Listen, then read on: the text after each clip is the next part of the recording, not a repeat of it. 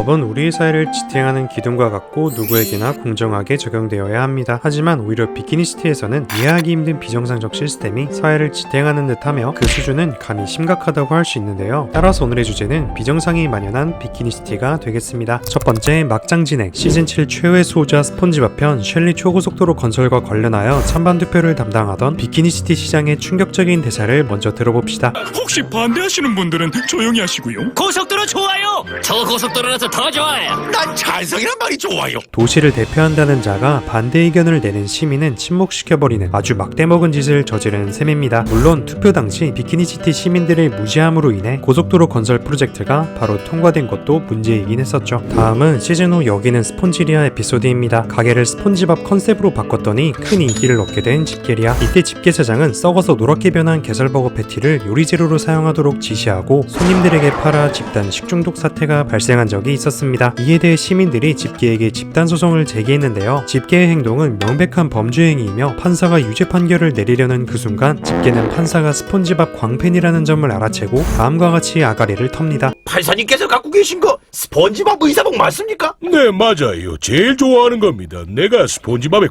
광팬이거든요. 판사님께 드릴 말씀이 있는데요. 스폰지밥 미니 열차를 실컷 타게 해주는 조건으로 판사를 회유하여 결국 무죄를 받아내고 말았죠. 결론은 집게 사장이 판사에게 뇌물을 먹여 법의 심판을 피했고 뇌물을 받은 판사 역시 판결을 지인맛대로 내렸던 미친 상황이었다라고 볼 수 있겠네요. 참고로 이 판사는 시즌6 진짜 범인은 누구 에피소드에서 또 만납니다. 이때 그가 맡았던 사건은 이랬습니다. 비법재료 운송비 1달러를 내지 않기 위해 자작극을 벌였던 집게 사장의 절도 행위에 대한 사건이었는데요. 이에 대한 판결로 하루 동안 손님들에게 게살버거를 공짜로 나눠주라는 우스꽝스러운 판결을 내렸습니다. 슈퍼 왕소금 짠돌이 집게 사장에게는 이 판결이 사형 선고와 다를 바가 없어 보이네요. 두 번째, 개노답 경찰. 지금까지 시청했던 경우들은 사실 맛보기에 불과합니다. 이어서 비키니시티의 경찰에 대해 이야기해보려 하는데요. 시민을 보호하고 지켜야 할 비키니시티의 경찰 수준은 바닷속을 통틀어 제일 취약인 것 같습니다. 말 그대로 그냥 지들 꼴리는 대로 일하고 나몰라라식의 태도와 공안식 강제 진압을 하는 경우도 있기 때문입니다. 시즌7 최후의 수호자 스폰지밥 편에는 앞선 이야기의 연장선으로 매우 충격적인 상황을 볼 수 있습니다. 해파리들의 자유를 파괴하는 셸리 초고속도로 건설 반대를 위해 뚱이와 스폰지밥은 평화 시위를 시작했었죠. 그러던 중 경찰에 의해 고속도로 건설에 반대파라면서 강제로 연행됩니다. 덧붙여 엉뚱한 이유를 대는데 어이가 없습니다. 잔말 말고 일로 와. 둘 다 구속이야. 왜요? 이 악기 자격증이 없잖아. 이건 할머니가 물려주신 거예요. 이게 자격증이 어딨어요? 방망이도 자격증은 없거든. 그저 고속도로 건설에 반대하는 시위를 진압하기 위해 경찰이 즉석에서 지어낸 변명이자 폭력을 행사하겠다며 위협할 뿐이니까요. 또한 경찰차 안에서 뚱이는 자기 큰아버지 역시 평화 시위를 하다가 구속된 썰을 푸는데 구속된 뒤 소식이 끊겼다고 했었죠. 우리 큰아버지가 자유를 위해 거리에서 시위하다 체포되기 직전에 하신 말씀이 있는데 얘기해줄까? 뭐랬냐면 자신의 마음을 절대로 속이려고 해선 안 된다. 자신이 믿는 그대로 꿋꿋이 앞으로 나아가라. 너희 큰아버진 정말 멋지신 분이구나, 뚱아. 구속되고 나서 어떻게 되셨어? 나도 몰라. 그 후론 소식이 뚝 끊겼어. 심지어 경찰은 스뚱을 허허벌판에 버려두고 그냥 떠나버리니 진짜 미친놈들입니다. 시즌 5 집게리아 문을 닫다. 오래전 집게리아가 그리슬퍼스라는 할머니의 말 한마디에 폐쇄 조치가 이루어졌던 적이 있습니다. 이 할머니는 재미있고 맛있는 것은 모두 반대한다는 물고기들 모임의 회장이자 버거가 해로운 음식이라고 무작정 단정 지은 것을 더불어 그녀의 남편이 경찰서장이었기에 가게 폐쇄는 별거 아니었죠. 그냥 자기 맘에 안 드니까 남의 가게를 문 닫게 해버린 것 아닌가요? 어떤 경우이든 그 일을 행하기 위한 명분이 중요한데 경찰서장 이라는 놈 역시 권력을 이용하여 마누라 말만 듣고 이런 짓을 벌이는 게 개망난이 그 자체입니다. 나중엔 이 할망구가 비밀리에 영업 중이던 집게리아를 급습하고 친구들을 범죄자로 몰아 현장을 정리하는 과정에서 얼떨결에 게살버거를 먹은 후 버거의 맛에 반해버렸었죠. 이후 자연스럽게 집게리아는 다시 정상 영업을 할 수 있게 됩니다. 남편 믿고 너무 나대는 게 참 꼴불견이었습니다. 경찰은 범죄자를 제압하고 체포하는 것이 당연합니다. 하지만 범죄자를 대하는 비키니시티 경찰의 다음 행동들을 보면 도저히 이해할 수가 없습니다. 시즌3 보디가드 구합니다 에피소드를 볼까요? 쓰레기를 무단 투기하는 시민을 신고했던 스폰지밥 덕분에 드디어 흉악범죄자 부치를 체포하는 데 성공했고 경찰들이 모여 부치에게 수십 개의 수갑과 자물쇠를 채워대는 상황을 볼 수 있습니다. 하지만 경찰이 한눈 파는 사이에 부치는 순식간에 도망쳐버렸는데요. 이윽고 경찰들이 내뱉는 말은 꽤나 충격적입니다. 두 분이 절 지켜주실 거죠? 우린 보디가드가 아니에요. 네, 혹시 저 사람 또 보게 되면 연락이나 해줘요. 무기징역 형량을 받을 수도 있는 이런 흉악한 범죄자를 지들이 놓쳤음에도 불구하고 마치 길에서 500원을 발견하면 연락줘라 라는 말처럼 가볍게 얘기를 하니까 말입니다. 이렇게 범죄자를 그냥 대수롭지 않게 생각했던 경우는 또 있었습니다. 바로 시즌7 사랑의 게살버거 편에서 집게사장이 음식을 구하기 위해 퐁퐁 부인의 집 앞마당에 침범해 절도행각을 벌였을 때인데요. 퐁퐁 부인은 도둑이 침입을 감지하고 경찰에 신고를 했으나 당시 현장에 도착한 경찰의 반응은 진짜 가관이었습니다. 처음부터 불친절한 태도는 물론 그냥 당시 상황만 잠깐 들은 뒤 뭐 일하는 척만 하다가 가겠다고 하니까요. 오히려 이런 어처구니 없는 신고 전화가 요즘 많이 들어온다면서 투덜대더니 누가 이 시간에 남의 밭에 도둑이 들어오겠냐부터 시작해서 도둑은 사건 현장에 다시 나타날 확률은 제로라고 말하며 자리를 뜨려고 했습니다. 도둑이 대놓고 들어와 지나가는 것을 보아도 이딴 말이나 짓거립니다.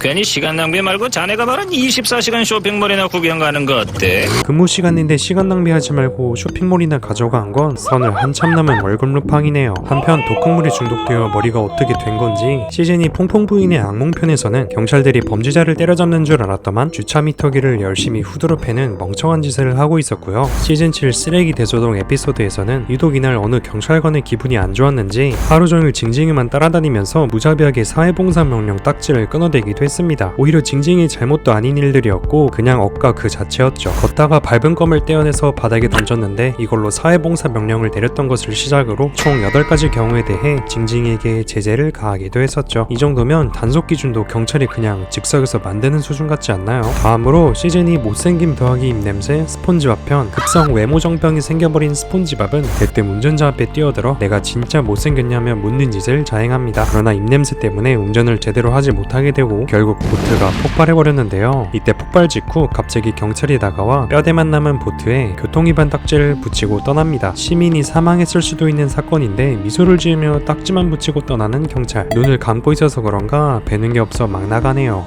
비키니시티의 경찰을 보면 어느 한편으로는 무분별한 체포 및 인민재판과 유사한 느낌이 있는 것 같습니다. 시즌이 범인은 누구 에피소드 이야기입니다. 일단 다음 영상을 볼까요? 난 마지막으로 날 범인으로 지목했지. 계속 날 찾아다녔는데 못 찾았어. 완전 범죄였다. 그래 맞아. 대체 뭔 헛소리를 하는 건지 이해하기 힘든 뚱이의 말을 듣고 경찰은 그저 단순 증거만으로 뚱이가 조개를 울린 범죄자라고 단정짓습니다. 경찰은 뚱이를 시민들 앞에 묶어놓은 후 마치 인민재판하는 것 마냥 비난과 망신을 받게 합니다. 하지만 진짜 범인은 진주를 훔쳤던 집게사장이었고 심지어 범인을 잡은 시민 역시 사육사였습니다. 비키니시티 경찰님들 이거 협박하고 체포만 할 줄 알지 대체 뭘 했던 것일까요? 아무리 비키니시티 경찰이 막장이라고는 하지만 이런 것까지 들먹이며 체포할 거라 예상하지는 못했습니다. 바로 시즌3 스폰지밥 파티파티 편인데요. 문이 잠겨 집에 못 들어가는 스폰지밥을 보더니 갑자기 지들을 파티에 초대 안 했다고 칼을 채워 끌고 가는 모습입니다. 스폰지밥은 장시간 갇혀있다가 아침이 되어서야 집에 돌아오는데요. 파티에 초대 안 해줬다고 밤이 꼬박 샐 때까지 유치장에 가둬놨던 셈입니다. 진짜 어이가 없지 않나요? 이어서 시즌9 뚱이맨 에피소드입니다. 영웅놀이에 침취한 뚱이가 자칭 뚱이맨으로서 여기저기 나대던 날인데요. 때마침 운전학교를 방문했던 뚱이맨은 보트에 갇힌 수강생을 구해주려고 보트문을 열려던 퐁퐁 부인을 발견하게 됩니다. 이에 대해 뚱이맨은 퐁퐁 부인을 붙잡아 난데없이 보트 도둑 프레임을 씌우며 메모를 남기고 떠나버렸는데요. 그런데 이윽고 도착한 경찰의 행동이 믿기 힘들었습니다. 뚱이맨이 없으면 일을 못한다라는 헛소리를 내뱉고 보트에 갇힌 학생을 구하려고 힘을 쓰던 퐁퐁 부인을 오히려 도둑으로 몰아 체포하게 되죠. 보트 안에 갇힌 채로 방치된 학생은 뚱이맨 때문에 괜한 날벼락을 맞아버렸네요. 보면 징징이에게만 억지스러운 상황이 발생하는 것 같은데요. 이와 관련하여 몇몇 에피소드들을 볼까요? 시즌9 게임의 고수 편입니다. 에피소드를 보시면 알겠지만 친구들끼리 게임을 하면서 징징이의 모발 대발이 끊이지가 않는데 정말 그럴만했습니다. 게임의 개발자는 뚱이이며 매번 자기 입맛대로 즉석에서 규칙을 만들었기 때문에 징징이의 플레이가 제한을 많이 받았습니다. 이에 빡친 징징이는 결국 게임판을 부숴버렸는데요. 게임판을 부수기 무섭게 그 즉시 경찰에 출동하여 무려 재물손괴죄로 징징이를 체포해버립니다. 시즌8 대가의 작품입니다. 플랑크톤이 바닷속 유명한 예술가 피에스코의 예술작품을 훔쳐 스폰지밥 집으로 달아났을 때 경찰은 현장에 있던 플랑크톤을 포함한 모든 친구들을 일단 잡아들였는데요. 그런데 오히려 징징이는 신고를 통해 경찰이 플랑크톤을 찾는 것을 도운 셈인데 괜히 억울한 상황이었습니다. 스폰지밥 일행은 나중에 진범은 플랑크톤이라는 사실을 말해줬던 집게 덕분에 풀려났습니다만 징징이는 감옥에 남겨 익숙해졌고 전화 한 통조차 거절당하는 상황에 놓인 채 에피소드는 끝나버렸습니다. 시즌8 음악가 징징이에서는 징징이가 클라리넷을 형편없이 연주해 시민들에게 소음 공해를 끼쳐서 많은 민원이 발생했습니다. 이 소식을 듣고 움직인 경찰은 때마침 클라리넷을 들고 있던 플랑크톤을 그냥 범인으로 지목하고 그대로 경찰서에 실어 연행해갑니다. 또한 그들은 징징이의 클라리넷을 무참히 차로 밟고 지나가는데 체포 기준이나 법이 적용되는 거나 아주 그냥 우덜식입니다. 반대로 클라리넷을 징징이로부터 지키고자 하는 물고기들이 있었으니 바로 음악경찰입니다. 시즌 13 음악학교에 간 징징이 편에는 끔찍한 연주로 도시를 망가뜨리는 징징이 앞에 음악경찰이 나타납니다. 교향곡 법률 제4조에 따르면 클라리넷으로 선 넘는 연주를 금지한다고 되어 있다고 합니다. 그 벌로 한동안 클라리넷을 이렇게 막아두는데요. 이를 풀려면 음악 재교육을 받아 엉터리 같은 실력을 교정 후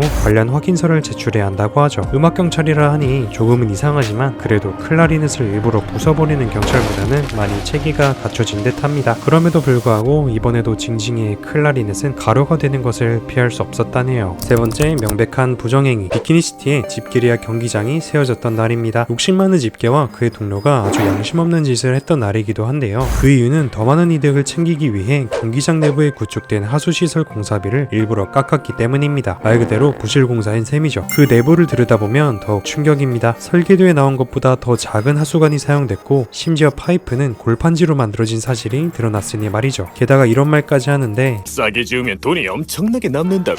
오, 그거 마음에 드네. 둘 다 개노답이었습니다. 결국 전반전 종료 후 관람객들의 화장실 사용은 하수시설의 고장으로 이어지게 됩니다. 하지만 천만다행으로 전문 설계사가 안전장치를 작동시킨 덕분에 큰 피해를 막을 수 있었습니다. 그는 양심 없는 이 악마들에게 따끔한 말을 남겼죠. 공사비를 제대로 안 들이고 엉터리 부실 공사를 하게 되면 우리는 별 수 없이 멸망하게 된다고요.